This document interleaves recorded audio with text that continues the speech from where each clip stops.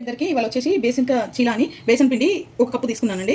Paneer 50 grams, కరివేపాకు 4 రెమ్మలు సన్నగా కోసుకున్నాను, కొత్తిమీర కొంచెం 1 కట్ట, ఆనియన్ వచ్చేసి ఒక 2 అండి, పచ్చిమిర్చి ఒక 4-5, టమాటా 3 చిన్న చిన్న సైజు. ఇప్పుడు తయారు చేసే విధానం ఇది ఎలా కలుపుకోవాలో చూపిస్తాను.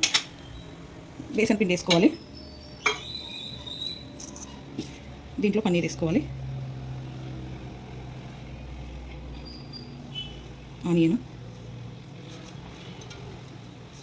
పచ్చిమిర్చి, మీరు కారాన్ని బట్టి వేసుకోవచ్చండి. పచ్చిమిర్చి మేము స్పైసీ కొంచెం ఎక్కువ తింటాం, అందుకనే వేస్తున్నాను. టమాటా వేసేస్తున్నాను, కరివేపాకు, కొత్తిమీర అన్నీ వేసుకోవాలి.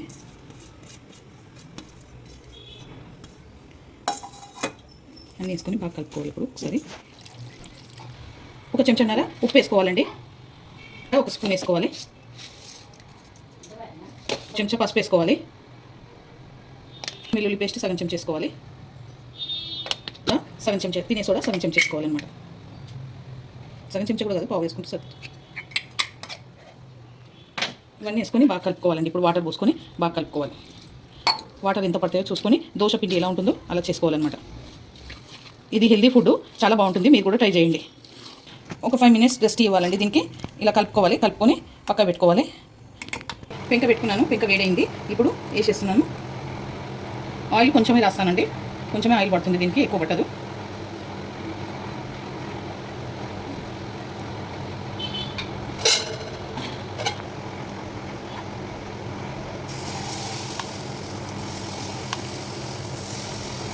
ఇలా చిన్నగా దోశలాగా వేసుకోవాలి.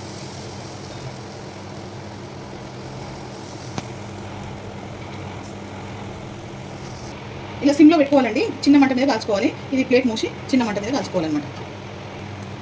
ఓకే అండి, ఒకవైపు కాలింది. ఆయిల్ నేను తక్కువ ఆయిల్ తోటి చేస్తానండి, హెల్దీ కాబట్టి ఎక్కువ ఆయిల్ వేసుకోను.